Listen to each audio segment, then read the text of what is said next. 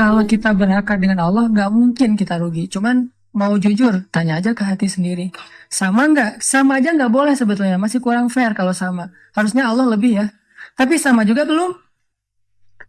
Apakah sama ketenangan kita ketika kita nabung uang di bank dengan ketika kita bersedekah? Sama nggak ketenangannya? Mantap gitu. Wah, sedekah misalnya dengan angka yang agak sedikit menurut kita gede. Kan itu relatif ya. Misalnya ada donasi untuk Palestina, Suriah, segala macam lah. Kemanusiaan, ada untuk di Indonesia juga bencana. Kalau ngasih 100.000 mungkin kita nggak mikir. Dan 100.000 juga pulsa kita kurang ya. Kuota kita mungkin lebih dari itu. Atau sekali kita ngopi, satu gelas udah 50.000, 60.000. Berdua sama teman kita, atau berdua sama pasangan kita udah sekali duduk di kafe itu udah 200.000. Jadi 100.000 buat kita bukan angka yang harus yakin dulu baru ngeluarin. Nggak sengaja juga keluar kadang-kadang ya. Nah, parkir berapa? Jadi bukan angka yang besar lah. Coba, mungkin buat kita angka yang besar itu 1 juta. Apakah kita ngerasain ketenangan ketika berinfak 1 juta seperti ketenangan ketika kita naruh uang di bank 1 juta? Sama nggak?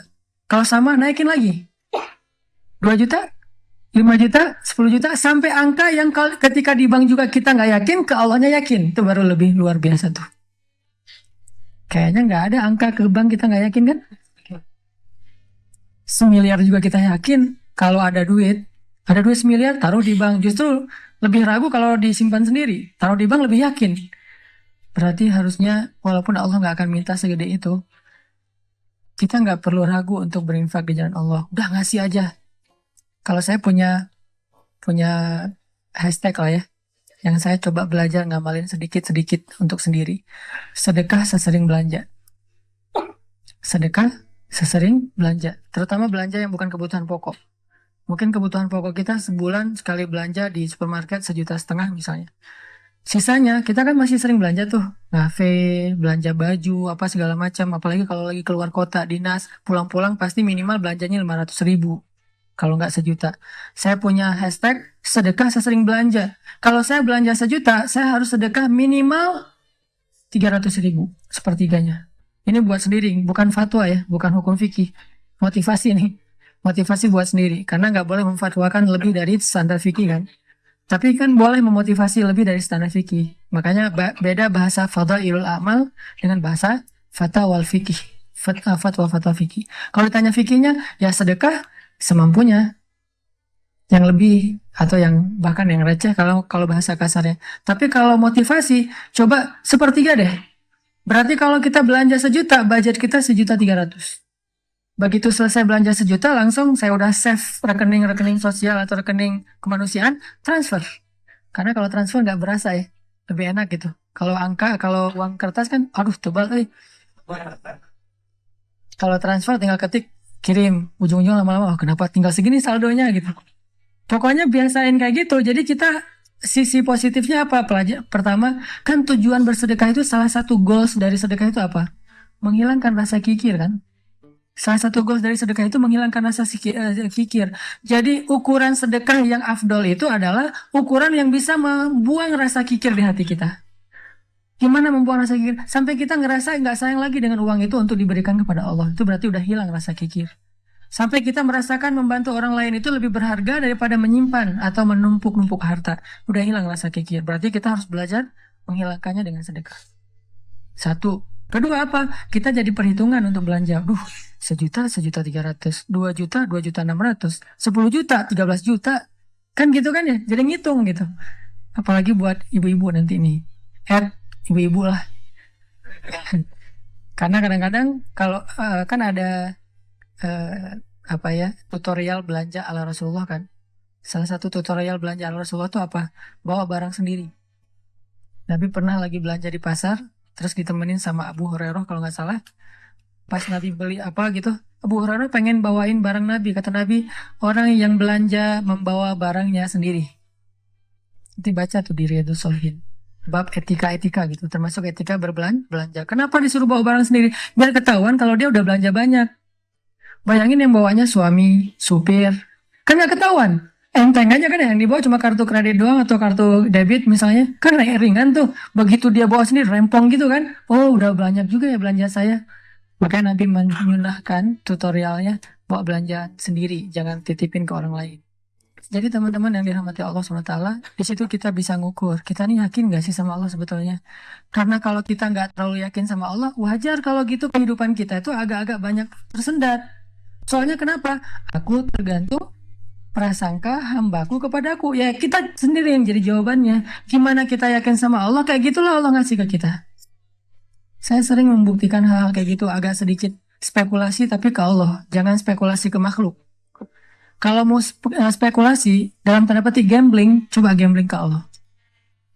Arti gambling ke Allah, lakukan sesuatu yang beresiko, tetapi yang diridhoi Allah ya. Karena kalau beresiko nggak diridhoi Allah kan bahaya.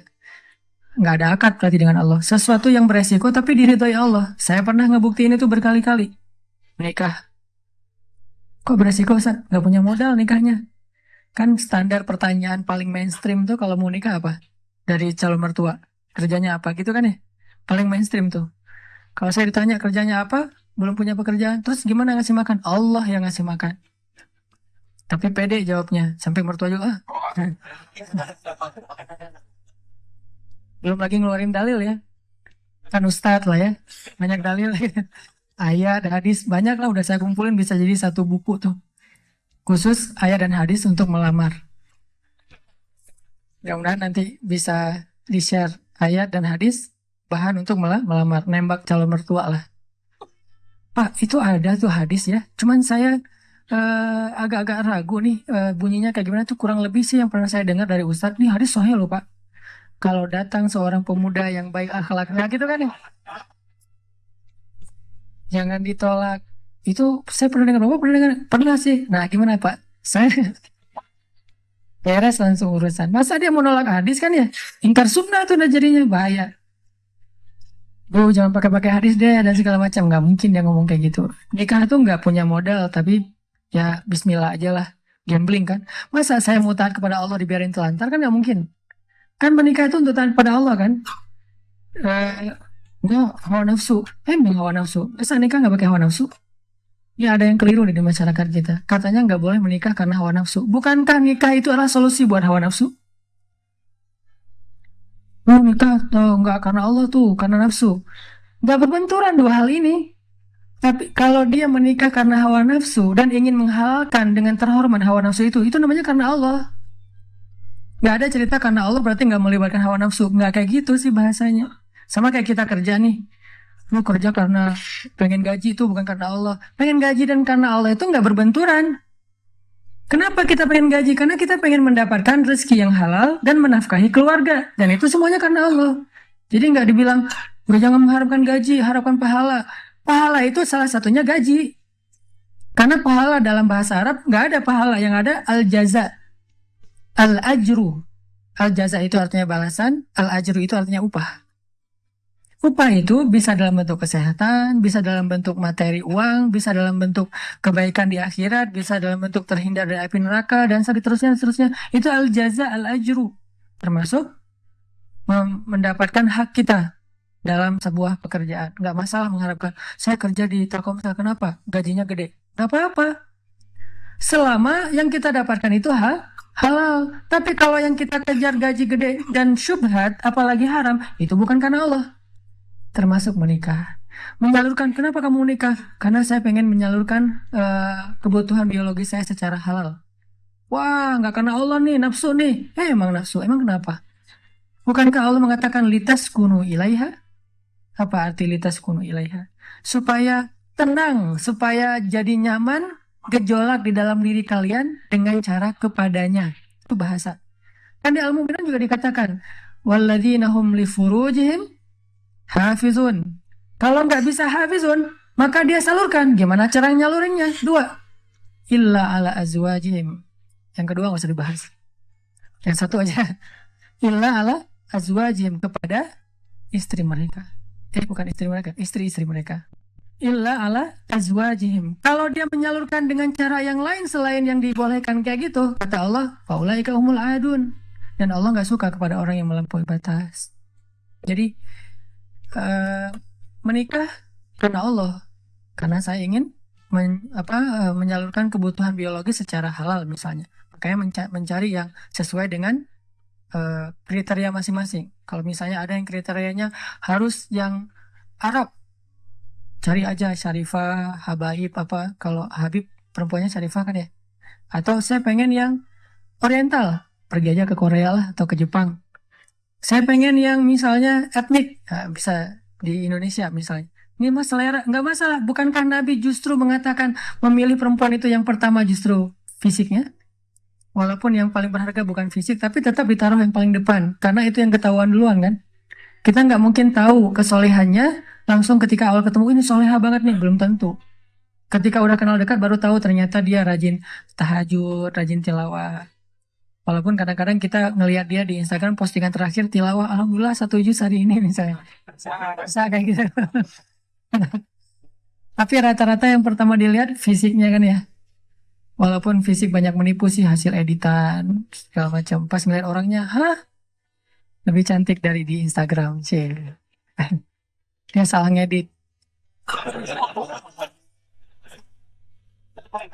Ini artinya teman-teman, kalau menikah itu karena Allah, kenapa takut? Bukankah Allah sendiri berjanji kalau mereka fukara, apa arti fukara? Nggak punya apa-apa. Kalau miskin masih punya apa-apa cuma dikit. Kalau fukara nggak punya apapun. Allah yang yughniyahumullah, Allah yang akan mencukupkan kebutuhan mereka. Oh, Allah yang cukupin, ya udah selesai. Nikah, datang, yuk nikah yuk. Gak gitu sih caranya. Terlalu polos kayak gitu mah pasti ditolak lah. Adalah trik-triknya pasti teman-teman udah mempraktekkan, kalau nggak pasti berstatus masih jomblo ya. Jomblo itu kurang kreatif menurut saya. Kalau yang udah nikah pasti kreatif banget, tahu banget cara-caranya gimana ya. Alhamdulillah berhasil. Setidaknya untuk dia berhasil setelah puluhan orang yang gagal misalnya. Kalau yang jomblo nih kayaknya harus latihan nih, belajar kepada yang udah nikah, nanti di kantor sambil istirahat sharing deh. Gimana dulu lo nembak calon istri? Gitu aja. Gimana gitu aja. Tahajud dulu. Cie. Ya Allah yang membolak-balikan hati. Hati dia memang ada di dalam tubuhnya, tapi pemiliknya bukan dia, tapi engkau ya Allah. Setahu saya nih, dia kayaknya hatinya ke si Fulan. Dah saya mah nggak bisa kecuali dia. Ya Allah, ya Allah, ya Allah. Akhirnya berhasil. Dan saya ngebuktiin itu banget. Saya sering bilang, saya itu bukan tipe istri saya loh. Sangat bukan tipe istri saya. Ada 4 hal yang pantang buat istri saya. 4-4-nya ada di saya. Subhanallah. Kok bisa berhasil, Ustaz? Dia berdoa, ya Allah, jangan itu, jangan itu, jangan itu, jangan itu. Saya cuma berdoa sekali, ya Allah, please yang itu. Ternyata tiba-tiba ya, kelepek-kelepek nggak berhasil dia. Saya tanya, kenapa kamu milih saya? Bukankah 4-4-nya ada pada saya? Pertama, nggak mau orang Sumatera. Katanya orang Sumatera itu keras. Saya dulu. Orang Sumatera itu keras. Orang Aceh, Sumatera, kuliah di Mesir. Dan Mesir mah, Sumateranya Arab. Kan Arab juga ada Sundanya, ada Jawa ya. Sundanya Arab itu kayak Yaman. Itu Sundanya Arab, lembut-lembut. Sampai Nabi sendiri mengakui kan, orang Yaman itu hatinya lembut. Kalau Jawanya Arab tuh yang ulet gitu kerja tuh Palestina. Karena Palestina itu terkenal dengan keteguhannya. Tapi kalau Sumateranya Arab yang ngomongnya keras gitu, belak-belakan, spontannya luar biasa, itu Mesir banget. Di Mesir nggak ada ceritanya kita nunggu Damri, itu nggak ada. Yang ada ngejar Damri. Kita nunggu di halte, Damri ngeliat kita makin iseng tuh, dicepetin. Mahasiswa cepat gitu. Kita lari ngejar. Yang nggak biasa naik Damri itu mahasiswa Malaysia, karena mereka kan beasiswa dari kerajaan, sehingga dianjurkan jangan naik Damri, naik taksi. Tapi kadang-kadang mereka kehabisan duit juga naik Damri. Begitu turun berlawanan arah itu ngegelundung tuh. Kita di atas ketawa-ketawa aja, Malaysia. Bukan negaranya, orangnya karena terbiasa naik taksi, naik MRT. Nah, kita mah Damri. Cara paling sederhana mendamaikan orang di Mesir itu suruh salawat. Humar segala macam. Mereka kalau ngomongnya kasar tuh menyebutnya humar, keledai. Karena keledai itu kan simbol hewan yang bodoh di Al-Quran kan. Ya humar gitu dan segala macam humar. Selalu Nabi. Sallallahu alaihi wasallam. Mulai lagi gitu. Tapi pas salawat mereka bisa cooling down dulu dikit. Saking menghargai Rasulullah ya. Kadang-kadang ada juga yang sambil marah. Sallallahu alaihi Nabi, sallallahu alaihi wasallam. Di Mesir, orang Sumatera kuliah di Mesir, kebayangan? Udah Sumatera itu mungkin agak keras, kuliah di Mesir. Jadi wataknya tuh terbentuk dengan dua negeri. Alhamdulillahnya ketemu orang Jawa yang mungkin beda banget dengan Sumatera. Nggak mau dia orang Sumatera. Saya Sumatera. Sumatera Aceh pula. Dan Aceh di tempat markasnya GAM. Aceh PD. Dan itu kan GAM dulu banyak di situ ya. Terus yang kedua, nggak mau yang kulitnya dof.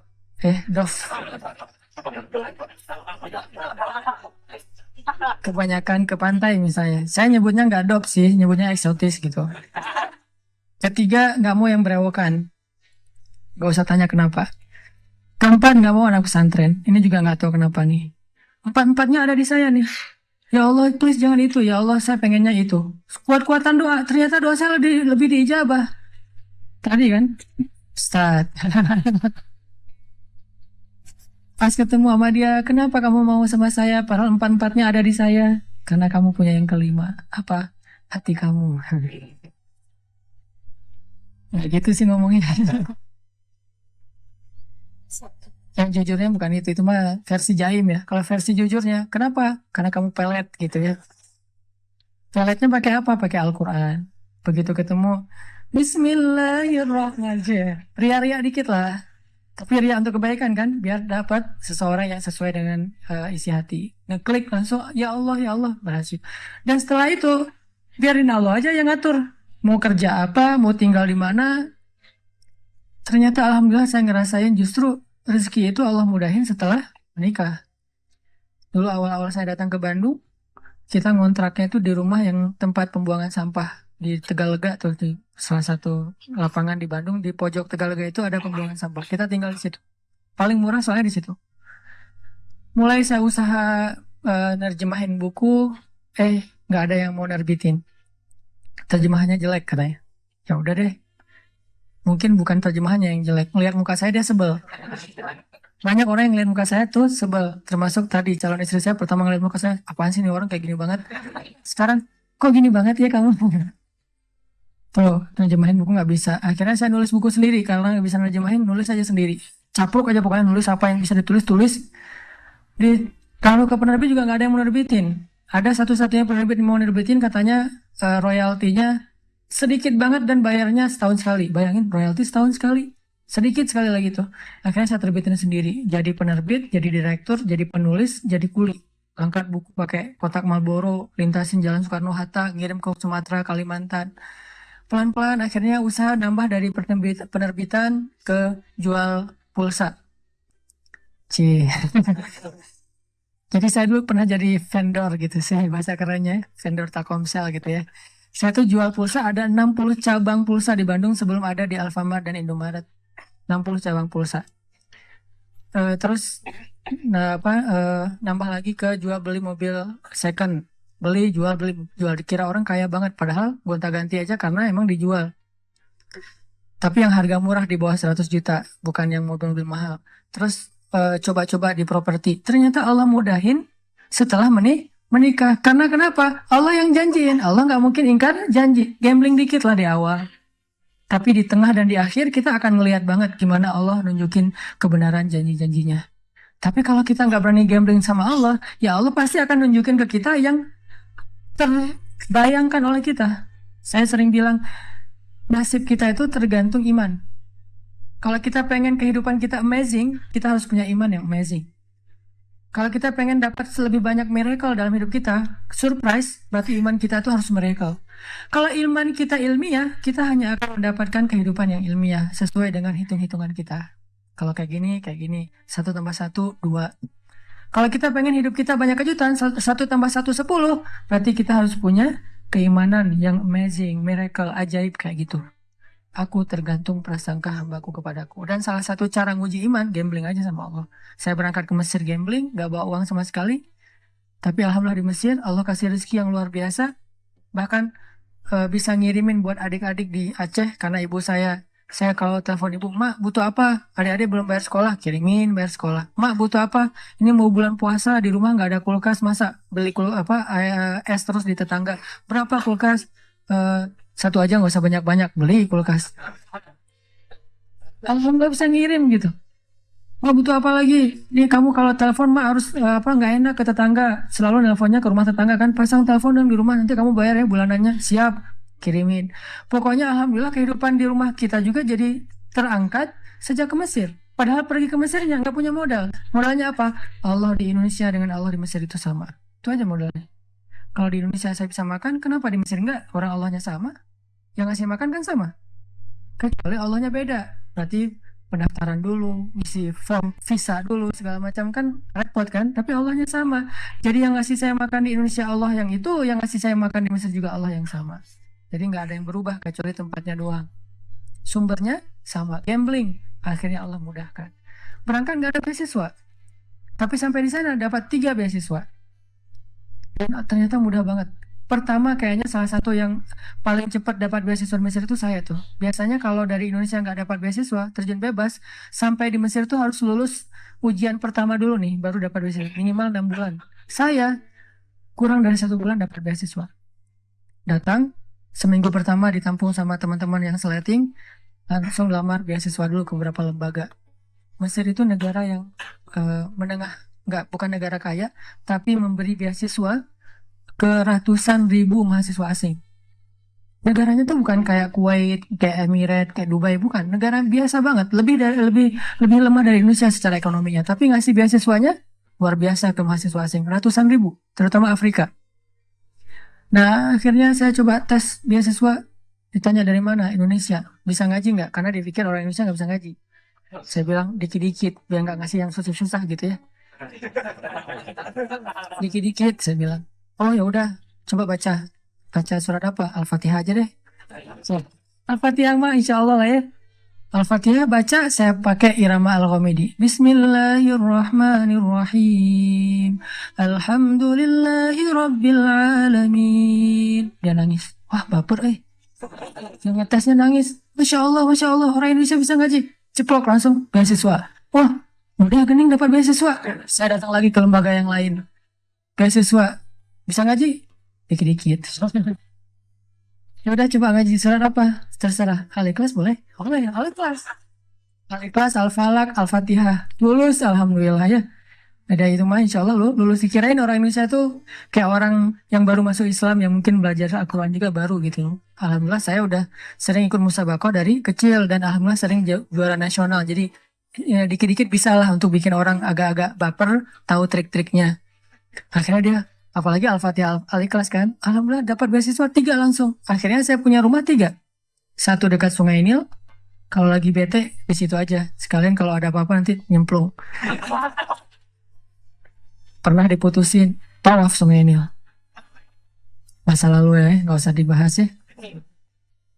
Terus rumah satu lagi tuh di pelosok kampung di Mesir, karena emang saya pengen dapat culture Mesirnya, pengen kenal dengan orang-orang Mesir asli. Di kampung banget tuh, yang di sebelah rumah itu ada kandang keledai. Disitulah saya mengetahui makna hadis Nabi, kalau kalian dengar suara anjing dan suara keledai berarti ngelihat saya setan, bertaawuz lah kan ya. Suara keledai itu sering di sebelah rumah saya. Iyo, saya tahu dia nggak berhenti. Saya pergi dia berhenti. Bangun. Nah, kayak gini. Setannya siapa gitu. Di rumahnya ada yang di kampung, terus satu lagi rumahnya di asrama mahasiswa. Alhamdulillah ternyata Allah mudahin banget tuh. Coba gambling, gara-gara saya sering gambling kayak gitu, saya makin yakin aja nih, kan kita ngelatih keimanan kita tuh dengan pengalaman ya. Salah satunya kayak Ibrahim bertanya ke Allah, wa idh qala Ibrahim rabbi arini kaifa tuhyil mauta qala awalam tu'min qala bala walakin liyatma'inna qalbi. Ya Allah, gimana cara engkau menghidupkan yang mati? Kata Allah, emangnya kamu gak beriman? Beriman ya Allah, cuman pengen nambah. Makin tenang hatinya, pengalaman. Makin berani, gambling ini, gambling itu, termasuk gambling ketika saya jadi guide di salah satu musim haji. Berangkat, gak punya modal kecuali bayar visa sama tiket doang. $500 kalau haji dari Mesir, murah banget loh. $500 dan nggak ada kuota, nggak perlu nunggu sampai 10 tahun. Bulan ini daftar, bulan ini berangkat. cuma $500. Tapi buat mahasiswa kan itu kadang-kadang gede ya. $500 minjem dulu sama teman. Pinjam dong $500 buat apa haji? Oh ya udah, pinjam. Nanti pulang haji dibayar, insya Allah. Berangkat nih. Sampai di Mekah, kerjanya ngapain? Ngegaidin jamaah-jamaah Indonesia yang mungkin butuh guide, butuh yang didorong, terutama dorongan lah. Jadi ojek. Cuma waktu itu nggak ada aplikasi sih. Aplikasi dorongan bisa pesan. Kayaknya perlu dibuat juga sekarang. Saya nyewa dorongan itu wheelchair, duduk depan Masjidil Haram gini. Mana ini yang kelihatan agak-agak cacat atau apa gitu kan. Kayak hiu nyari mangsa gitu. Mana nih yang agak kesasar. Nggak ada. 2 hari nggak ada. Akhirnya 2 hari saya cuma minum air zam-zam doang tuh. Nggak makan. Cuma minum air zam-zam, tidur. Minum air zam-zam, nungguin. Nggak ada. Hari ketiga, alhamdulillah lagi duduk-duduk depan Masjidil Haram. Lewat ibu-ibu kayak culang-culang gitu. Kayak apa, bingung gitu kan ya. Ini arah kemana sama anaknya. Nah ini kayaknya ada ciri-ciri nih. Saya datengin, Bu, kenapa kesasar? Iya Nina, saya kesasar. Rumah saya tuh dari jamaah Solo. Tetap saya nggak tahu di daerah mana. Ini nggak bawa identitas. Iya ketinggalan tadi tasnya pas buru-buru. Wah, saya juga baru pertama haji nih. Belum tahu juga tempat maktab-maktab kayak gituan. Tapi bismillah lah gambling karena Allah. Makanya kalau berani gambling sama Allah, nggak mungkin dikecewain. Saya yakin banget tuh. Saya buktiin. Bu, ikut saya aja. Insya Allah kita cari rumah ibu. Kemana anak arahnya? Ke situ, Bu. Nah, saya juga nggak tahu. Ikutin aja. Ibu itu ikutin, jalan. Bismillah, la haula. Kan kata Nabi, la haula wala quwata illa billah itu melahirkan keajaiban kan ya. Sampai ada sahabat yang baca la haula, tiba-tiba anaknya yang disandra, tiba-tiba lepas. Dan ya selamat. La haula wala quwata illa billah, la haula wala quwata illa billah. Jalan, nggak lama kemudian, sekitar setengah jam jalan. Lumayan lama sih. Setengah jam. Akhirnya ibu tuh bilang, Masya Allah itu maktabnya ibu, itu teman-temannya ibu. Sampai persis di depan maktabnya. Iya, alhamdulillah emang arahnya ke sini sih Bu dari tadi juga. Nah, maktabnya ibu nih. Akhirnya ada datang, pelukan sama teman-temannya udah tunggu kemana aja dari pagi kita tungguin, kirain kesasar kemana. Ya, saya kesasar, untung ditolong sama adek ini. Dari mana deh? Dari Al-Azhar Mesir. Oh ya, alhamdulillah bisa digayadin kita dong. Alhamdulillah insya Allah. Besok langsung janjian. Jam sebelum subuh saya udah on time di depan maktab mereka. Datang, alhamdulillah besoknya kita digaidin. Terus kalau ada pemotongan hewan kurban kita potongin, dapat rezeki dari Allah. Gak mungkin saya datang ke rumah Allah pertama untuk ibadah, kedua untuk mencari rezeki. Bukan buat saya doang, buat keluarga yang ada di Aceh juga. Dan saya niatkan karena Allah, gak mungkin pulangnya tangan kosong. Tidak ada yang datang kepada Allah pulang dalam keadaan kecewa. Mustahil, itu prinsip. Gak ada yang datang kepada Allah pulangnya kecewa, itu gak ada. Yang datang ke Nabi aja gak pernah pulang kecewa, apalagi pada Robnya Nabi. Nabi itu gak pernah bikin orang kecewa. Yang datang kepada beliau pasti bawa sesuatu. Kalau minta sesuatu kepada Nabi gak mungkin ditolak, apalagi Allah. Jadi saya yakin nih, pokoknya saya datangnya jangankan ke Mekah, ke Mesir aja yang jauh dari Ka'bah, Allah tolong, apalagi ini di dekat Ka'bah. Walaupun awalnya Allah pengen nguji iman kita, masih percaya nggak setelah 2 hari nggak makan? Percaya kok tetap ya Allah, cuman lapar sih ya Allah, gitu. Curhat aja sama Allah, kan kita, Allah maha baik ya, jangan terlalu kaku lah sama Allah. Ya Allah, saya adalah, nggak usah gitulah. Ya Allah, saya lapar nih. Kan Musa gitu, pas lagi di bawah pohon di Madian. Ya Allah, saya lapar sementara engkau dan saya fakir kepada kebaikan darimu. Langsung Allah beri, bukan cuma makan, sampai istri juga dikasih sama Allah. Akhirnya pulang-pulang, alhamdulillah bisa bayar hutang. Mak, butuh apa? Kirimin. Setiap tahun kayak gitu. Allah nggak mungkin ngecewain karena udah terbiasa kayak gitu. Seperti mah pasti diganti lantar lagi juga. Ketika ada musibah dikit, berakatnya dengan Allah. HP saya waktu itu harganya sekitar 1,5 juta, jatuh nih. Gara-gara buru-buru mau tahajud di masjid, jam 2 tahajud, jam 2 saya bangun. Kan udah telat nih, jadi panik, nyambar HP, jatuh. Layarnya retak, gak bisa dipakai. Saat itu juga saya bilang, Allah, beri saya pahala dalam musibah ini, beri saya ganti yang lebih baik darinya. Tenang udah. Sholat tahajud, subuh, pagi-pagi diganti dengan Note 5 yang waktu itu harganya masih 10 juta. Allah kasih cash dalam hitungan jam. Tergantung prasangka kepada hambanya. Dan jangan selalu mengidentikan bahwa pemberian Allah itu sedekah. Enggak. Bisa dikasih sebuah proyek, bisa dikasih lewat sebuah mungkin ada orang yang dulu udah lama, kita udah lupa juga dia punya utang sama kita, tiba-tiba bayar. Banyak cara lah buat Allah. Saya pernah mobil saya diserempet sama aparat. Dia yang salah tapi dia yang marah-marah. Nabrak dari belakang. Wah, ditabrak. Dia turun duluan, marah-marah duluan. Nyuri start gitu. Pas saya lihat, wah ini aparat, mau diramein susah, ya udah deh. Akhirnya dia pergi, saya harus memperbaiki kendaraan saya 1,5 juta. Nggak bisa akad dengan makhluk karena dia zalim, saya akad dengan Khalik yang maha baik, yang syakur. Ya Allah, beri saya ganti yang lebih baik dari ini. Seminggu kemudian, saya ada suatu urusan pekerjaan, dapat ganti dari Allah 15 juta, 10 kali lipat dari yang sudah diambil. Dan jangan bilang, kalau nggak tadi udah jadi 16,5 juta loh. Nggak. Kan kita kadang-kadang ngitungnya suka gitu ya. Padahal kalau nggak ada 1,5 juta yang kita ikhlasin, nggak ada 15 juta. Jadi tetap 15 juta sebetulnya. Allah, kalau kemarin nggak ada kecelakaan itu pasti saya udah dapat 16,5 juta nih. Ini agak-agak terlalu tamak. Intinya teman-teman yang dirahmati Allah, yuk kita belajar berakar dengan Allah itu di hati. Bukan cuma inna sholati wa nusuki wa mahyaya wa mamati lillahi rabbil alamin secara lisan, tapi libatkan hati kita. Kalau berinteraksi dengan makhluk, berakar dengan makhluk lewat lisan. Saya terima nikahnya gitu kan ya. Nikah. Apa aja lah pokoknya. Lisan kan. Tapi kalau dengan Allah, hati. Karena kalau nggak melibatkan hati, nggak sah akad kita dengan Allah. Walaupun lisan kita ngucapin yang paling manis sekalipun. Karena orang munafik lebih manis dari itu. Nanti baca surat Al-Munafikun. Gimana kata-kata orang munafik? Baca lagi surat Al-Jumu'ah. Baca lagi surat-surat lain tentang orang munafik. At-Taubah. Banyak kan cerita-cerita orang munafik yang lisannya baik. Tapi hatinya nggak terlibat. Maka Allah mengatakan, Fi qulubihim marad. Yukhadi'un Allah. Yuk kita berakar dengan Allah dengan melibatkan hati. Yaitu yakin. Insya Allah dengan begitu Allah akan tunjukin keajaiban dalam hidup kita, memudahkan urusan-urusan kita, memberikan kita kebaikan-kebaikan yang tidak terhingga. Bismillahirrahmanirrahim. Assalamualaikum warahmatullahi wabarakatuh.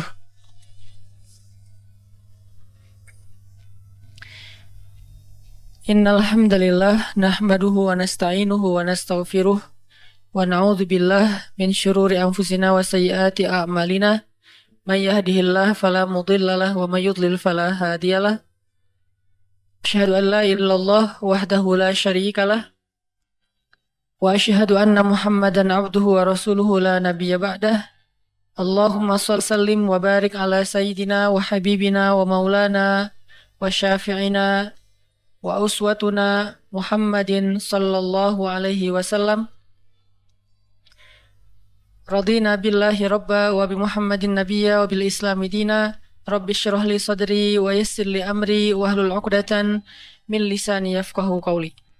Teman-teman sekalian yang dirahmati Allah Subhanahu wa taala, ahlan bikum min jadid. Selamat datang untuk teman-teman yang dari luar kota. Selamat datang buat yang pertama kali ikut sharing atau sharing Rabu malam atau nongkrong bareng di sini. Mudah-mudahan kita bisa terus belajar betah berada di antara taman-taman surga. Salah satu taman surga itu adalah tongkrongan ilmu. Yang duduk di dalamnya akan dapat banyak sekali doa-doa dari para malaikat.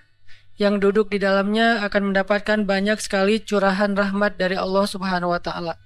Sehingga kalau setiap pekan kita didoain oleh malaikat, ini anugerah yang sangat berharga. Setiap pekan didoain oleh malaikat.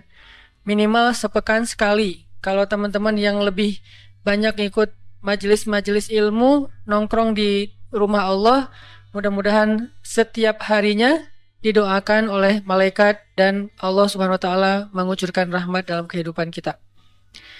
Malam ini kita akan melanjutkan pembahasan kita tentang surat yang luar biasa. Salah satu surat yang ketika dibacakan oleh Ammar bin Yasir membuat ayah dan ibunya masuk Islam, yaitu surat At-Tuha. Ada 3 part dari surat ini. Part pertamanya intinya adalah ma wadda'aka rabbuka wa ma qala.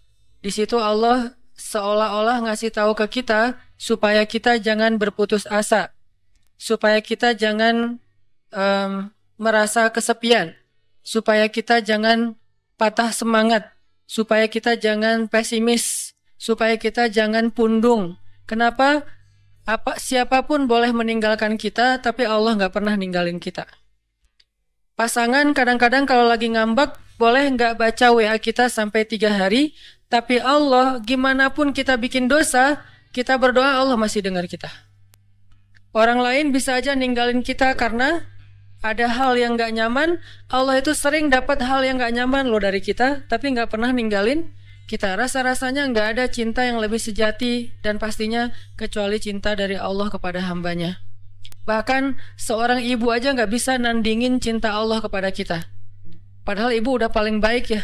Nggak ada lagi orang yang lebih berjasa dalam hidup kita selain ibu kita di antara manusia setelah Rasulullah pastinya. Kecuali ibu kita sendiri yang udah mengandung kita dalam keadaan wahnan ala wahnin, kepayahan demi kepayahan, melahirkan dengan resiko nyawa, menyusui 2 tahun lamanya, membesarkan dengan segala bentuk pengorbanannya. Ternyata itu nggak ada apa-apanya dibandingkan dengan cinta dan kasih sayang Allah kepada kita. Ibu kita bisa kecewa walaupun dia sayang banget sama kita. Ibu kita bisa aja marah walaupun dia sayang banget sama kita. Bahkan ibu kita bisa aja bikin kita sedih atau terluka atau kecewa walaupun dia orang yang paling berjasa dalam hidup kita. Tapi Allah enggak. Sehingga Allah bilang, ma wadda'aka rabbuka wa ma qala. Ketika kamu merasa ditinggalkan oleh banyak orang, Allah enggak pernah ninggalin kamu. Ketika kamu merasa dicuekin oleh banyak orang, Allah enggak pernah cuekin kamu. Buktinya, ketika kita banyak dosa pun berdoa, Allah masih mengijabah. Apalagi kalau kita taat. Itu part pertama dari surat At-Duha. Dan ini kita coba jadiin kayak motivasi hidup kita, teman-teman. Ketika kita lagi lemah, ketika kita lagi drop, kita baca ma wadda'aka rabbuka wa ma qala. Kalau kita mengaku Allah hasbi, cukup buat saya Allah, hasbi Allah, hasbunallah, berarti kalimat itu harusnya kalimat motivasi banget. Terjemahan dari kalimat itu banyak. Ma wadda'aka rabbuka wa ma qala bisa diterjemahkan la tahzan innallaha ma'ana. Bisa. Ma wadda'aka rabbuka wa ma qala bisa diterjemahkan dengan kalimat fa inna ma'al usri yusra. Ma wadda'aka rabbuka wa ma qala bisa diterjemahkan inni ma'akuma asma'u wa ara. Aku bersama kamu berdua wahai Musa dan Harun, asma'u wa ara, mendengar dan melihat. La takhafa, jangan takut wahai Musa dan Harun. Idhaba ila Fir'aun, pergilah kamu berdua kepada Fir'aun. La takhafa, inni ma'akuma asma'u wa ara. Aku yang akan memantau apa yang terjadi pada diri kalian. Jadi aku tahu banget, update banget setiap detiknya. Bahkan sebelum terjadi, aku sudah mempersiapkan perisai untuk melindungi kalian. La takhafa, jangan takut. Itu terjemahan-terjemahan yang banyak di Al-Quran tentang kalimat ma wadda'aka rabbuka wa ma qala. Atau mungkin kita bisa challenge diri kita sendiri ya. Ketika kita tilawah Al-Quran secara acak, cari ayat terjemahan atau bahasa lain dari ma wadda'aka rabbuka wa ma qala. Coba cari di Al-Baqarah, cari di Ali Imran, itu banyak banget kalimat ma wadda'aka rabbuka wa ma qala. Rabbmu tidak pernah meninggalkanmu, nggak pernah benci sama kamu. Ayatnya banyak banget bahwa Allah nggak pernah ninggalin kita, bahwa Allah nggak benci sama kita. Salah satunya mungkin kalau Allah nggak benci sama kita tuh, misalnya ayat fa'in yuridullahu bikumul yusra wala yuridu bikumul usr. Sehingga siapa yang berpikir syariat itu kayak beban, seolah-olah Allah kayak nggak rela gitu ngelihat kita nyaman, kok dikasih syariat, dikasih beban, dikasih tugas, dikasih batasan. Enggak, itu salah paham. Allah ngasih syariat bukan untuk ngebebanin kita, bukan karena Allah iseng sama kita, bukan karena Allah benci sama kita, tapi karena Allah pengen memudahkan hidup kita justru dengan syariat. Syariat itu bukan mempersulit hidup kita. Kalau sebuah negara meninggalkan syariat karena takut sulit kehidupan negara itu, justru kita terjebak dalam wasawisus syaitan. Mulailah kita dengan hiruk pikuk, dengan kekacauan gara-gara meninggalkan syariat. Kalau sebuah bangsa, masyarakat, keluarga, pribadi pengen hidupnya lebih mudah, ati'u Allah wa ati'ur Rasul. Coba ikutin cara Allah, pasti akan jadi mudah. Memang di awalnya kelihatan agak-agak challenging nih, tapi begitu kita jalanin, yusrun, mudah, semuanya mudah. Kemarin saya jalan sama istri ke Thailand. Kita jalan berdua ke Thailand, pengen apa main aja. Jalan ke Thailand, kebenaran ada acara di Malaysia, terus mampir dulu ke Thailand. Sampai di Thailand, kita ke Pattaya dulu nih. Saya karena senang dengan laut, saya cari yang lautnya masih aman. Kalau Phuket mungkin gitulah ya. Nah, cari yang Pattaya yang private beach, jadi nggak ngelihat yang gitu-gitu. Cie, sombong. Kalau terlihat kan nggak sengaja. Nah, pergilah ke Pattaya gitu ya, cari yang beach yang private gitu. Terus karena kita nggak tahu halal foodnya di sana, akhirnya kita kayak sangat-sangat hati-hati mencari halal food. Sampai rempong, sampai bawel. Pas mau room service, minta makanan ke kamar karena nggak berani makan di luar, kita sampai bawel banget bilang ke restorannya itu pakainya oilnya oil apa? Nggak pakai oil yang pork kan? Saya minta yang vegetable oil ya. Ya Pak, gitu. Terus itu wajannya diganti ya, dicuci dulu. Ya Pak. Itu yang apa masak ininya tepungnya udah dipakai yang pork belum sebelumnya. Ya bisa kita bikin yang baru Pak. Sampai mereka sebel banget gitu kan karena banyak banget permintaannya. Padahal pesannya cuma nasi goreng. Tapi permintaannya panjang gitu. Akhirnya dihidangkanlah nasi goreng seafood. Kita makan berdua sepiring. Gak penting banget sih. Gak ada hubungannya dengan tema. Nah udah gitu malam kita cuma nyari buah aja kayak gitu.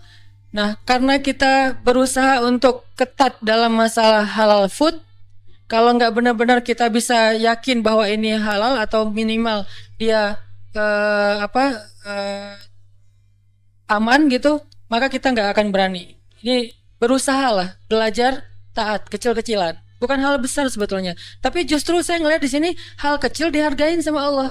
Kalau hal besar apalagi kan ya hal sepele kayak gitu doang, Allah langsung kayak ngehargain gitu. Ini bukan karena saya soleh, tapi karena saya mencoba untuk meniru orang soleh. Akhirnya mendapatkan janji yang Allah janjikan kepada orang soleh. Sayanya belum soleh, tapi karena meniru orang soleh, dapat juga nih yang dijanjiin Allah kepada orang soleh. Udah ketat, seharian kita makannya susah banget. Nah besoknya mau ke Bangkok, hari kok belum pesan hotel. Tadinya udah pesan lewat travel agent, tapi cancel. Tadinya ada satu jenis hotel yang di pusat kota, dekat dengan tempat pembelanjaan, nemenin istri. Ternyata dari travel agent itu katanya nggak dapat. Oke, cancel. Saya pesan pakai online, pesan nyari yang dekat dengan hotel itu. Entah gimana caranya Allah ngarahin saya untuk ngeklik satu hotel yang saya juga nggak tahu speknya kayak gimana. Pokoknya udah aja ini aja deh, yang paling dekat walaupun ada beberapa pilihan. Ambil hotel tertentu, namanya nggak usah disebut. Mahal cuy. Sombong. Ya gitu deh pokoknya ada namanya lah ya. Nah pas sampai di Bangkok kita masuk ke hotel itu lagi check in. Tiba-tiba ada teman lama saya nih orang Bandung. Dia istrinya lagi lewat. Jadi hotel sama kondonya itu bersebelahan. Dia ternyata tinggal di kondonya. Dia lewat ngeliat kayak Ustadz Hanan. Dia ngubungin Benzo. Benzo cuma angkat tangan. Lihat ke atas sih. Itu namanya Benzo. Masih Jovisa. Nah, Benzo dihubungin Benzo tanya ke saya, Ustadz lagi di hotel ini di Bangkok loh. Kok Benzo tahu? Kan saya nggak ngasih tahu siapa-siapa.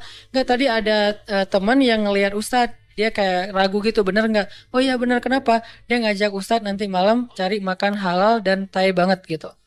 Alhamdulillah, berarti kemarin susah dikit, sekarang Allah kasih jalan keluar. Bukan hanya itu, ternyata hotel yang saya pilih itu dia udah halal restoran. Untuk breakfast tuh aman, udah halal. Karena susah kan nyari hotel dengan sertifikat halalnya di sana. Tanpa kita ketahui ternyata Allah arahin kita ke hotel yang nggak perlu bawel lagi untuk room service-nya. Karena dia udah halal restoran. Ditambah lagi diajak sama teman saya untuk makan yang halal food tapi Thai banget, enak. Ditraktirin, itu yang paling enak. Nih saya berpikir kalau saya lebih cepat atau lebih lambat 1 menit aja pas check-in, saya nggak bakalan ketemu dengan istrinya, sehingga kita nggak berpapasan, nggak saling tahu. Allah yang bikin timingnya pas banget. Dia jalan lewat depan hotel, saya masuk check in, dia ngelihat ke saya, terus dia ngubungin Benzo ngubungin ke saya, pas dapat wifi karena ngandalin wifi banget kan di luar negeri teh, irit gitu. Dapat wifi, saya langsung balas. Qadarullah malamnya dimudahin, akhirnya kita jalan makan halal enak, bukan murah, gratis. Jadi saya teringat wa may yattaqillaha yaj'al lahu makhraja wa yarzuqhu min haitsu la yahtasib wa may yattaqillaha yaj'al lahu min amrihi yusra wa may yattaqillaha yukaffir anhu sayyi'atihi wa yu'zim lahu ajra. Itu janji Allah. Siapa yang taat sama Allah, Allah kasih jalan keluar. Ini jalan keluarnya.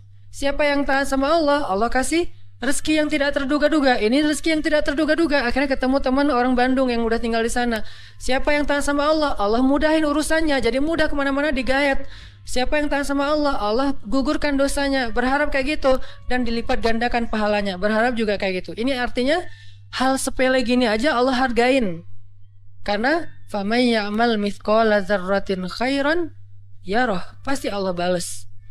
Ma wadda'aka rabbuka wa ma qala. Jadi Allah itu nggak pernah absen teman-teman, nggak pernah offline, nggak pernah kelewat gitu. Aduh ada yang kelewat nih nggak sempat di like. Kalau kita kan kalau terlalu banyak nge-following, akhirnya udah ketutup ya, ketimpa sama yang baru posting gitu. Kadang-kadang karena saking banyaknya kita nge-following, pasangan sendiri nggak pernah di like. Kenapa? Dia posting ketimpa lagi. Kok kamu nggak pernah nge-like postingan aku? Emang kamu posting? Kamu gitu banget ya sama aku? Akhirnya rame gitu kan ya. Padahal kita nggak ngelihat, soalnya ketutup sama postingan yang baru-baru. Allah nggak pernah gitu. Allah nge-following semua hambanya, bahkan lebih dekat daripada urat lehernya. Wa huwa ma'akum aina ma kuntum. Bersama dengan kalian, membersamai kalian dimanapun kalian berada. Tapi ketika kita post adegan-adegan kehidupan kita, nggak pernah ada yang ketimpa dan kelewat sama Allah untuk di like, untuk dikomen, untuk di repost. Bahkan Umar di repost oleh Allah di Al-Quran kata-katanya. Ini artinya Allah la ta'khudhuhu sinatun wala naum kulla yaumin huwa fi sya'an ma wadda'aka rabbuka wa ma qala. Ini jadi penyemangat teman-teman. Gak usah khawatir untuk taat. Kita bikin dosa aja Allah masih maafin kita. Apalagi taat, Allah pasti akan menghargai kita. Itu part pertama dari surat Ad-Duha. Part kedua, alam yajidaka yatiman fa'awa wa wajadaka dhallan fahada wa wajadaka ailan fa'aghna. 3 kalimat yang luar biasa itu menjelaskan arti dari ma wadda'aka rabbuka wa ma qala. Apa bukti bahwa Allah nggak pernah ninggalin Nabi Muhammad? Kata Allah, alam yajidaka yatiman fa'awa. Bukankah dulu kamu lahir dalam keadaan yatim, lalu Allah kasih naungan? Kalau Allah ninggalin kamu, nggak mungkin kamu bisa tumbuh dengan baik. Kalau Allah benci sama kamu, maka dibiarin aja kamu terlunta-lunta dalam keadaan yatim. Wa wajadaka dhallan fahada. Bukankah kamu dulu pernah tersesat di jalan, mau ke suatu negeri tapi kamu salah ngambil jalan di tengah padang pasir, akhirnya gak tahu arah ke tujuan. Kalau Allah benci sama kamu, gak akan dikasih tuh petunjuk ke negeri yang kamu tuju. Gak akan diarahin kamu untuk sampai kepada destinasi yang kamu tuju. Bukti Allah ma wadda'aka rabbuka wa ma qala. Alam yajidaka yatiman fa'awa wa wajadaka dhallan fahada wa wajadaka ailan fa'aghna. Nanti kalau kemarin saya bahas alam yajidaka yatiman fa'awa versi Nabi Muhammad, yang belum kebahas itu versi Nabi Musa ya. Versi Ibrahim, versi Ismail, versi Isa, versi Yahya, versi Maryam. Itu semuanya ayat-ayat tentang kisah-kisah tentang alam yajidka yatiman ya Maryam, alam yajidka yatiman Yahya, alam yajidka yatiman Isa, alam yajidka yatiman Ibrahim, alam yajidka yatiman Musa, alam yajidka yatiman. Semua hamba-hambanya fa'awa, Allah kasih pernaungan.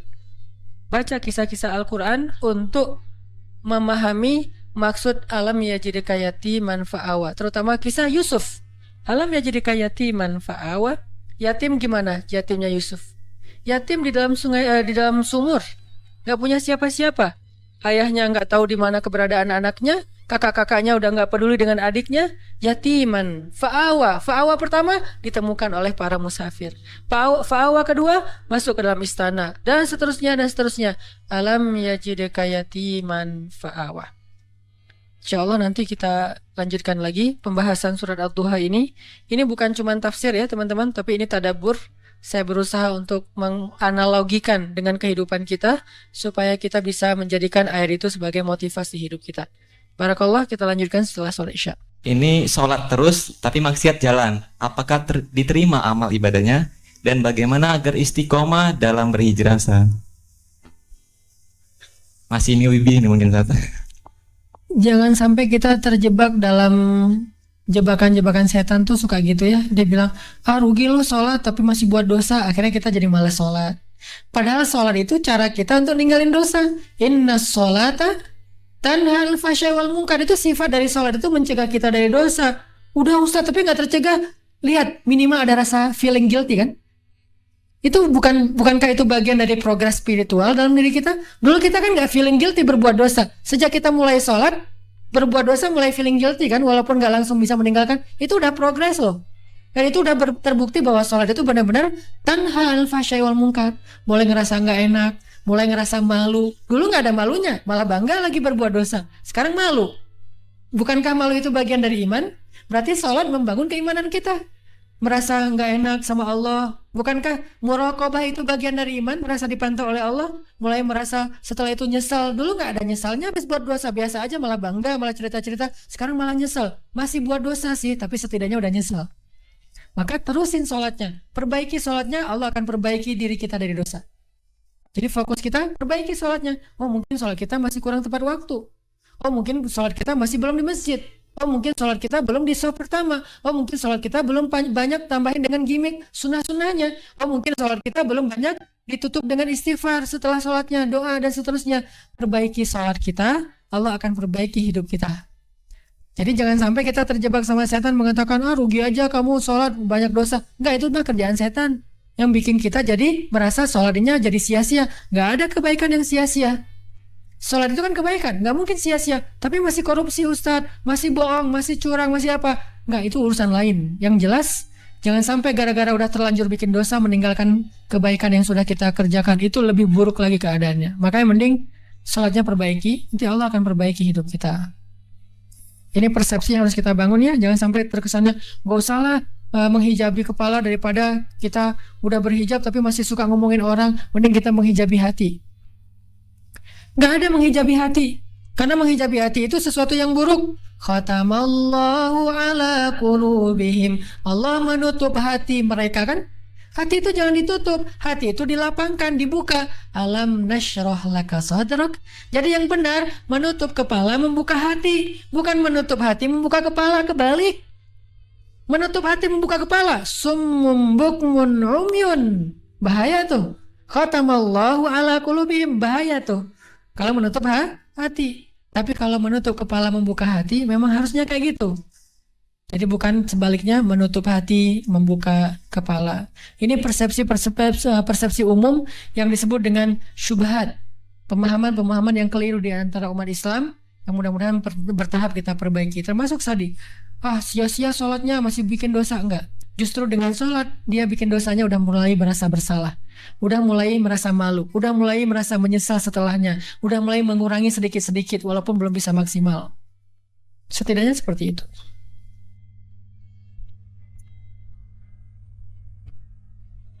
Assalamualaikum Ustaz, bagaimana cara mendakwahkan yang baik dan kemungkinan kekinian bahwa menikah di usia muda itu menambah kekecehan?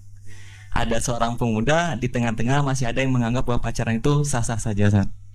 Itu gimana, Ustaz? Saya nggak mau ngebahas hukum pacaran, tapi saya ngebahas efek. Pertama, yang harus coba kita bangun dulu keyakinan bahwa Islam itu, syariat Allah itu adalah solusi dalam hidup kita, bukan beban. Termasuk pernikahan. Pernikahan itu solusi, bukan beban. Jadi kalau kita sampai berpikir nikah itu beban, nikah itu tanggung jawab, nikah itu banyak amanah, nikah itu bayar listrik, nikah itu bayar kontrakan. Emangnya kalau kita sendiri nggak bayar listrik dan kontrakan? Emangnya kalau kita sendiri kita puasa nggak makan-makan?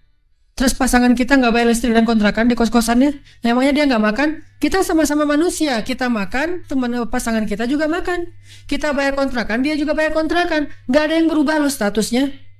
Dan Islam mensyariatkan pernikahan itu bukan sebagai beban. Karena kaidah yang paling dasar dalam Islam itu apa? Yuridullahu bikumul yusra wa la yuridu bikumul usra. Allah itu pengen memudahkan kalian, Allah nggak pengen menyusahkan kalian. Itu kaidah dasar dalam agama. Allah pengen memudahkan kita. Termasuk pernikahan itu kemudahan. Cuman syaitan yuwaswisu fi sudurin nas, mewaswasa kita dengan takhwif, ditakut-takutin, sehingga kesannya pacaran itu lebih aman daripada menikah. Terutama buat cewek, menikah itu jauh lebih aman daripada pacaran, terutama buat cewek ya. Jauh lebih aman. Apalagi dan berlaku juga untuk cowok, tapi khususnya buat cewek, menikah itu jauh lebih aman. Makanya jangan terlalu dalam keterlibatan hubungan kita kepada seorang cowok kalau belum halal. Kenapa? Kita meresikokan banyak hal. Mending berstatus habis diputusin jomblo lagi Ustaz daripada janda. Enggak. Di sisi Allah itu lebih utama menjadi janda daripada jadi jomblo habis diputusin tapi udah ngapa-ngapain. Karena janda itu terhormat. Dia menyerahkan tubuh dan hatinya dengan cara yang elegan, dengan cara yang halal, dengan cara yang bersih dan suci. Sementara kalau kita pacaran dengan cara yang kotor, dengan cara yang aib, dengan cara yang Allah gak suka.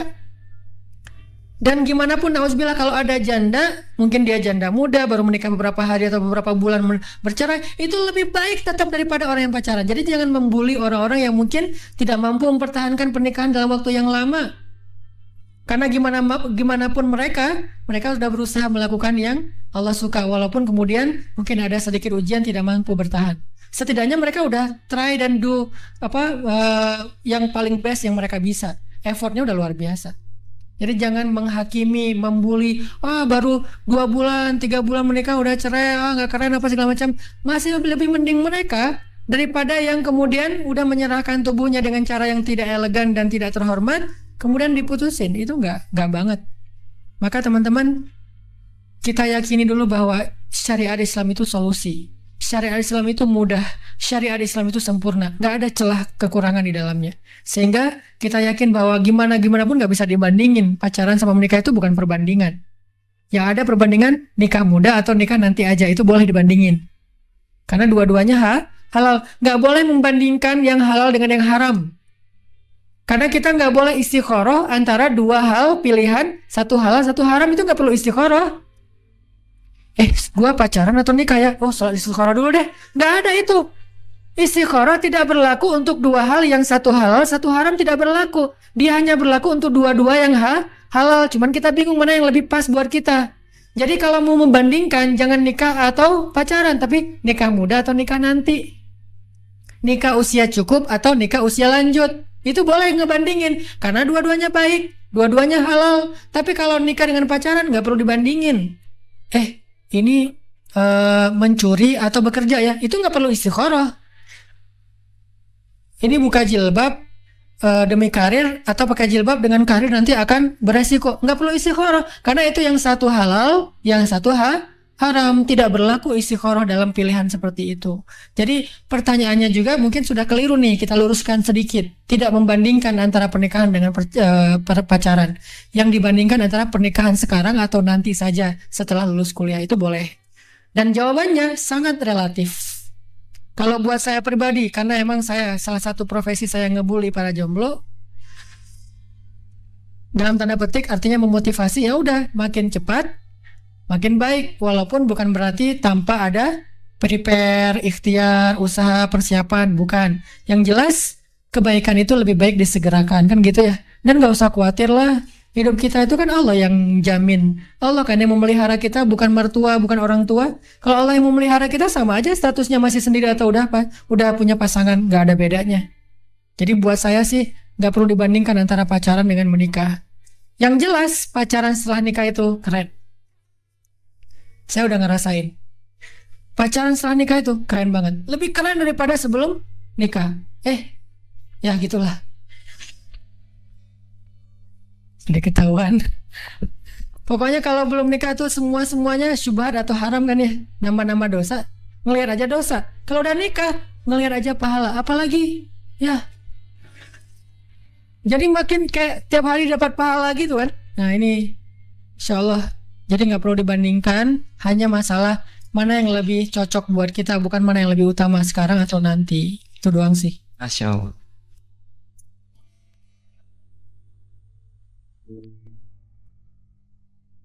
Gimana cara kita percaya banget sama Allah, baik ujian demi ujian yang kita terima agar kita berhusnuzon sama Allah, Ustaz.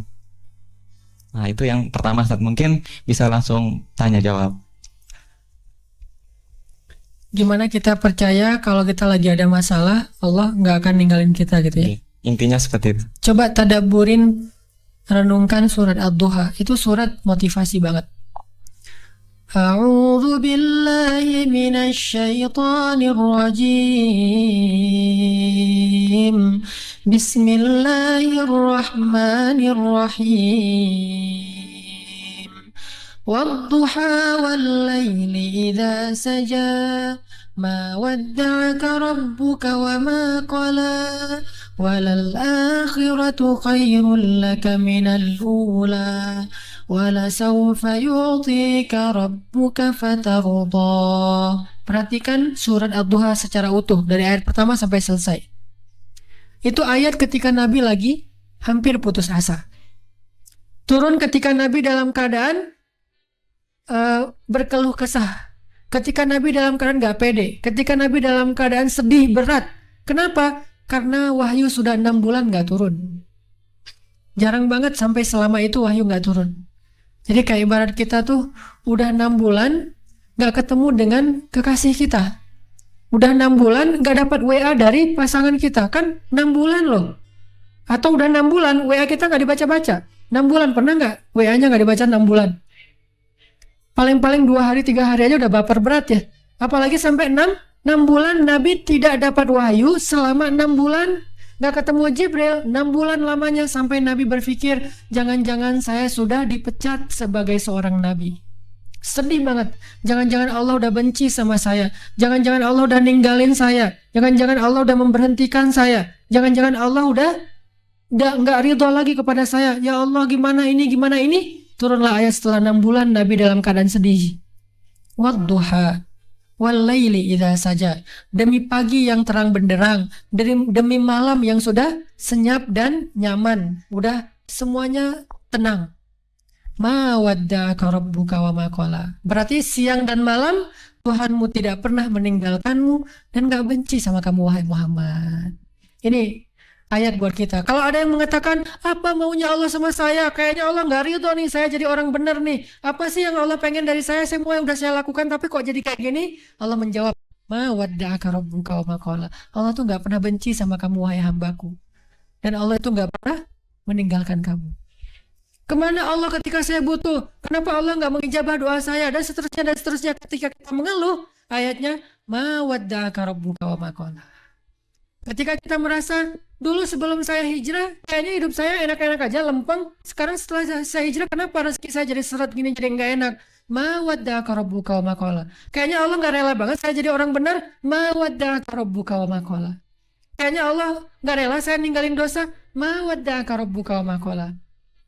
Qul ya ibadiyalladzina asrafu ala anfusihim la taqnatu min rahmatillah. Bilang kepada hamba-hambaku, kata Allah. Kekasih panggilannya tuh hamba, bukan makhluk. Allah kalau manggil kita kasar, makhluk. Kalau manggilnya lembut, hamba. Kita nggak bisa lebih dari itu. Kalau dipanggil lebih dari itu tuh Rasulullah. Kalau kita panggilan paling lembut, wahai hambaku. Bahkan Nabi Muhammad juga kadang dipanggil hamba. Subhanalladzi asra bi'abadihi, hambanya Allah. La taqnatu min rahmatillah. Jangan berputus asa dari rahmat Allah. Allah mengampuni dosa jami'a, semuanya. Saya pernah berzina ya Allah, semuanya diampuni. Saya pernah minum narkoba segala macam, semuanya diampuni. Saya banyak memakan riba, semuanya diampuni. Saya pernah membunuh, semuanya diampuni. Saya pernah syirik, saya pernah melakukan hal-hal yang perdukunan atau datang ke dukun. Jami'a, tidak ada dosa yang tidak diampuni oleh Allah. Falimal yas. Terus kenapa berputus asa? Ini ayatnya, ma wadda'aka rabbuka wa ma qala. Walal akhiratu khairul laka minal ula. Kalau kita mengeluh tentang dunia, kok hidup gini-gini amat ya, kok setiap hari kok susah, kok gini, kok gitu. Walal akhiratu khairun laka minal ula. Tenang aja, dunia itu emang sifatnya kayak gitu. Sifat dunia itu keluh kesah. Kenapa bisa kayak gitu? Karena dunia nikmat yang sedikit dibagi rame-rame. Kalau akhirat nikmat yang banyak dibagi sedikitan. Dunia itu nikmat sedikit banget, kecil banget, lebih ringan dari sebelah sayap nyamuk dibagi miliaran orang. Kebayang nggak tuh gimana sikut-sikutannya? Makanya wajar ada keluhan. Kalau akhirat, nikmat yang sangat berlimpah dibagi hanya sedikit orang. Jadi tidak ada keluhan nanti di akhirat. Ketika kita dalam keadaan keluh kesah, maka hiburannya walal akhiratu khairul laka minal ula. Dunia ini emang keluh kesah. Kalau mau istirahat, tidak ada lagi kecewa, tidak ada lagi sakit hati, tidak ada lagi keluh kesah, wala khaufun alaihim walahum yahzanun, tempatnya cuma di surga. Surga itu tempat yang la khaufun walahum yahzanun. Tidak ada rasa takut, tidak ada ancaman, dan tidak ada kekecewaan. Jadi kalau kita kecewa, baca ayat walal akhiratu khairul laka minal ula. Dunia emang kayak gini, nanti akhirat lebih baik daripada ini. Sabar. Sampai kalimat, kalau kita merasa bahwa gimana Allah akan nolong saya, gimana Allah akan nolong saya, ada kalimat wala sawfa yu'tika rabbuka fatardo. Allah pasti akan memberikan kamu pertolongan sehingga membuat kamu bahagia. Harus yakin. Nah, pertanyaan terakhir, gimana biar kita yakin bahwa Allah pasti nolong kita? Ini kuncinya kan? Gimana kita yakin Allah pasti nolong kita? Nggak mungkin Allah meninggalkan kita, benci sama kita, pasti akan menolong kita. Gimana caranya kita yakin? Jawabannya di ayat alam yajidka yatiman fa'awah wa wajadaka dhallan fahada wa wajadaka ailan fa'aghna. 3 itu jawabannya. Lihat masa lalu kita. Dulu kita tuh sendiri, bukan siapa-siapa, Allah kasih kita keluarga. Dulu kita itu tidak punya apa-apa, Allah kasih kita kecukupan. Dulu kita itu bingung, Allah kasih kita ilmu. Bukankah itu bukti bahwa Allah nggak pernah meninggalkan kita? Kalau dulu Allah pernah nolong kita, kenapa sekarang tidak? Buat saya pribadi, dulu saya berangkat ke Mesir, sendiri nggak punya siapa-siapa. Kemudian Allah kasih keluarga, Allah kasih teman di Mesir. Saya berangkat ke Mesir, nggak bawa uang sepersen pun. Allah beri saya rezeki selama di Mesir dan bisa makan. Bahkan punya tempat tinggal kontrakan 3 tempat. Teman saya yang datangnya dengan modal cuma 1 kontrakan, saya 3 kontrakan. Saya dulu di Mesir bingung kan, namanya juga anak baru ya, datang ke luar negeri kan bingung gitu kan ya, polos-polos, lugu-lugu gitu. Ini kemana nih, gimana. Akhirnya Allah beri petunjuk. Akhirnya bisa jadi guide untuk orang-orang yang lagi wisata umroh plus Mesir. Alam yajidka yatiman fa'awah wa wajadaka dhallan fahada wa wajadaka ailan fa'aghna. Maka lihat masa lalu kita teman-teman. Lihat pengalaman hidup kita ketika Allah menolong kita. Itu harusnya menjadi dalil supaya kita makin yakin Allah nggak mungkin meninggalkan kita dan benci kepada kita. Ma wadda'aka rabbuka wa ma qala.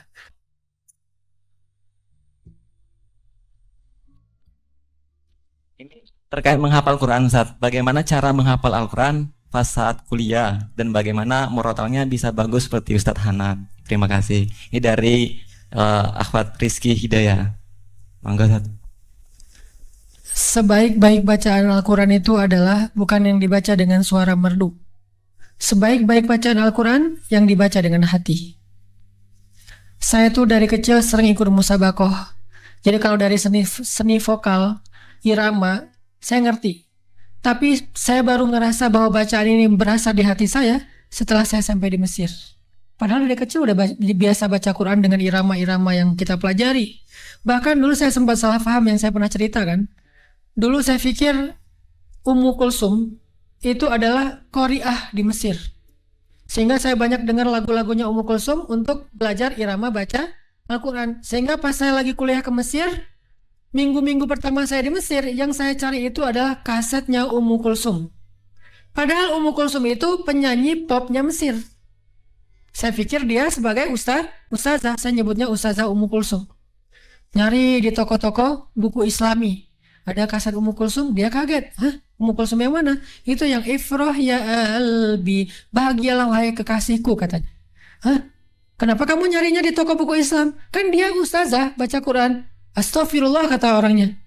Bagaimana dia baca Quran? Ya saya kan belajar Quran dari Ummu Kulsum. Gimana caranya? Saya dengar lagunya, saya pakai di Al-Quran. A'udzubillah, kata dia. Ini salah fatal. Ummu Kulsum itu penyanyi pop biasa. Lagunya lagu cinta-cintaan. Ya habibi, wahai kekasihku. Ifrah ya albi, wahai kekasihku, gitu-gitu.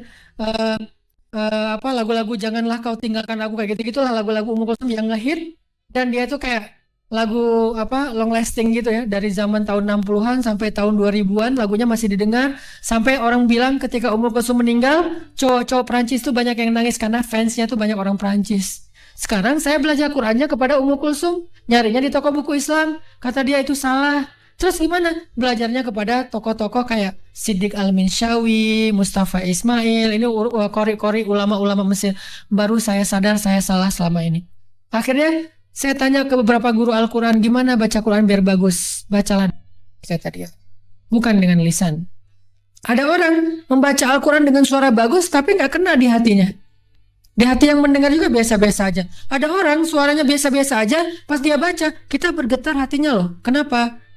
Tilawah dengan hati, bukan dengan lisan dan dengan suara doang. Apalagi kalau dia membaca suaranya bagus, plus melibatkan hati, itu lebih kena lagi. Cuman hati dulu baru suara, bukan suara doang. Itu kalau rahasia tilawah yang kata para ulama. Buat saya sih, alhamdulillah ini bukan hasil kerja keras, bukan hasil latihan, ini gift mungkin ya. Allah kasih sedikit gift, yang mungkin lebihnya karena emang kakek saya namanya Daud, ya mungkin dikasih sedikit. Saya di Mesir dulu pernah ikut lomba audisi namanya Mizmar Mim Mazamiri Ali Daud, seruling Daud di Mesir, tilawah dengan suara-suara yang bagus. Ada ratusan anak Mesir ikut, bagus-bagus tuh tilawahnya, ada kayak Minshawi, ada kayak Ghamidi gitu-gitu ya. Alhamdulillah saya jadi masuk 10 besar yang diterima. Akhirnya diberikan kesempatan untuk rekaman di TV Fajar TV 20 episode waktu itu. Ini gift. Jadi bukan saya hebat, bukan hasil latihan. Ya Allah memberikan karunia, setiap orang berbeda-beda. Ada yang giftnya fisik, kayak Nabi tadi lah. Setiap Nabi diberikan faddalna ba'dahum ala ba'd. Kami berikan keutamaan sebagian mereka atas sebagian yang lain. Sejak Rasulullah wafat, berkali-kali Bilal minta izin kepada Abu Bakar untuk ikut jihad dan gak pulang lagi ke Madinah, pengen tinggal di tempat yang lain. Udah gak kuat lagi berada di Masjid Nabawi. Karena orang yang dia cintai telah wafat. Tapi gak diizinkan oleh Abu Bakar sampai akhirnya setelah sekian lama membujuk Abu Bakar bisa diizinkan, pergilah Bilal dan akhirnya Bilal tinggal di Syam. Kalau sekarang Suriah. Di sanalah Bilal menikah. Jadi selama ini dia asik dengan cintanya kepada Rasulullah sehingga nggak sempat mikirin pernikahan. Baru berangkat ke Syam, sampai di Syam Bilal menikah di sana. Menikah di sana, hidup di sana sampai setelah beberapa tahun berada di Syam, akhirnya bergantilah pemerintahan dari masa Abu Bakar ke masa Umar bin Khattab. Setelah beberapa tahun di Syam, pada suatu malam Bilal menangis. Malam-malam dia bangun nangis, gerung-gerung gitu kayak anak kecil. Istrinya nanya, "Ya Bilal, ada apa? Kamu mimpi buruk?" "Enggak, justru ini mimpi baik." "Mimpi apa?" "Aku mimpi ketemu dengan Rasulullah SAW." Dan Rasulullah bersabda, "Siapa yang melihat aku dalam mimpi, berarti dia melihat aku dalam kenyataan." Aku bertemu dengan Rasulullah di dalam mimpi dan Rasulullah berkata, "Ya Bilal, kami rindu kepadamu. Sudah lama engkau tidak mengunjungi kami ya Bilal." Setelah bangun dari mimpi itu, Bilal semakin rindu kepada Rasul, merasa bersalah udah lama gak menjenguk Rasulullah. Akhirnya Bilal pun memutuskan untuk, kalau bahasa kita mah umroh, memutuskan untuk ziarah ke makam Rasul. Berangkat Bilal dari Syam, umroh ziarah ke makam Rasul. Melihat Bilal masuk lagi ke kota Madinah, penduduk Madinah itu berasa seperti hidup lagi di zaman Rasul. Senang gitu, dan Umar sangat senang dengan kedatangan Bilal. Sehingga selesai Bilal sholat, selesai Bilal ibadah-ibadah sunnahnya, termasuk menjenguk atau berziarah ke makam Rasul dan Abu Bakar. Kemudian Umar berkata kepada Bilal, "Ya Bilal, sudah lama kami tidak mendengar suara azan darimu. Tolong kumandangkan sekali lagi azan seperti engkau mengumandangkannya di masa Rasul. Kami rindu ingin merasakan suasana di zaman Rasul." Benar Bilal, kata para sahabat yang lain yang ada di situ. Umar, kemudian Abdurrahman, beberapa orang sahabat, ya Bilal azan, azan, azan, kami ingin mendengar suaramu seperti dulu kami mendengarnya di masa Rasul. Kata Bilal, saya tidak akan kuat. Kata mereka, coba dulu kamu usahakan karena kami ingin sekali mendengarnya. Saya tidak akan kuat. Cobalah wahai Bilal demi kami supaya kami bisa semangat lagi dalam beramal soleh mengikuti perjuangan Rasulullah. Akhirnya karena udah dipaksa terus, Bilal pun mengumandangkan azan. Allahu Akbar, Allahu Akbar. Kota Madinah kaget mendengar suara Bilal. Orang-orang yang ada di rumah semuanya mengatakan, apakah Rasulullah sudah bangkit kembali? Apakah Rasulullah sudah bangkit kembali? Mereka semuanya kaget dan bahagia. Seolah-olah Rasulullah sudah bangkit dari kematiannya. Seperti Isa seolah-olah diturunkan kembali setelah dia diangkat ke langit. Satu kota Madinah tuh kaget bahagia gitu. Kayak seorang ibu yang kehilangan anaknya tiba-tiba mendengar suara anaknya dari jarak dekat dan ingin dipeluk segera anaknya itu. Saking rindunya mereka kepada Rasulullah. Allahu Akbar, Allahu Akbar. Pasar yang tadinya ramai tiba-tiba sepi mendengar suara Bilal yang masih sayup-sayup. Asyhadu an la ilaha illallah. Semuanya berlari keluar dari tempat-tempat kerja mereka, dari pasarnya, dari rumahnya. Semuanya berlari ke masjid. Ingin memastikan apakah Rasulullah sudah dibangkitkan kembali. Bahagia semuanya. Apakah Rasulullah sudah dibangkitkan? Apakah Rasulullah sudah hidup lagi? Semuanya bertanya dengan pertanyaan yang sama. Asyhadu an la ilaha illallah. Semuanya semangat datang ke masjid. Ngumpul, ramai banget. Kemudian ketika Bilal mengatakan, Asyhadu anna Muhammadar Rasulullah. Asyhadu anna. Gak sanggup lagi Bilal, berhenti di situ. Kemudian Bilal menangis dengan suara nangis yang luar biasa kerasnya. Lalu satu masjid menangis, lalu satu kota Madinah menangis. Sehingga para ulama mengatakan, tidak pernah kota Madinah menangis sedahsyat mereka menangis hari itu kecuali ketika Rasulullah wafat. Cuma 2 kali menangisnya kota Madinah paling dahsyat. 1 hari ketika Rasulullah wafat.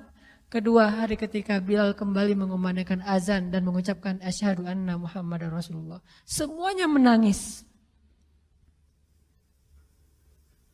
Semuanya merasa kehilangan Rasulullah. Semuanya merasa bahwa mereka ingin kembali di zaman ketika Rasulullah masih hidup. Lalu mereka bertanya setelah semuanya selesai menangis, ya Bilal, kenapa kamu tadi menangis? Kata Bilal, dulu biasanya kalau saya selesai mengumandangkan azan, saya akan datang ke hujrahnya Rasul. Hujrah Rasulullah itu kamarnya Rasul, rumah kecilnya Rasul. Selesai azan saya akan datang ke rumahnya Rasulullah dan memanggil, ya Rasulullah as-salah, as-salah. Rasulullah nggak keluar sampai mendengar suara Bilal memanggil beliau secara khusus. Udah selesai azan, Bilal manggil Rasul, ya Rasulullah as-salah, as-salah. Baru Rasulullah keluar dengan wajah berseri-seri. Sekarang bagaimana saya akan memanggil Rasulullah sedangkan Rasulullah sudah bersama kekasihnya yaitu Allah Subhanahu wa taala. Menangis lagi satu masjid, satu kota Madinah. Pokoknya hari itu adalah hari berkabung sekota Madinah. Hari menangisnya kota Madinah, saking rindunya mereka kepada Rasulullah. Bagaimana dengan kita ketika mendengar suara azan dan muazin mengucapkan nama Rasulullah Sallallahu Alaihi Wasallam? Di situ kelihatan apakah kita mencintai Rasulullah lebih dari apapun juga setelah Allah Subhanahu Wa Taala. Kalau tidak, fatarabbasu, hati-hati. Kalau tidak, fatarabbasu, tunggu aja. Na'udzubillah min dzalik. Berarti masih ada kemunafikan dalam hati kita. Bagaimana kita, apakah hati kita merasa gemetar, bergetar ketika kita mendengar suara seseorang mengatakan Muhammad sallallahu alaihi wasallam, Rasulullah sallallahu alaihi wasallam. Apakah hati kita bergetar seperti bergetarnya hati seorang kekasih ketika mendengar suara kekasihnya, nama kekasihnya disebutkan?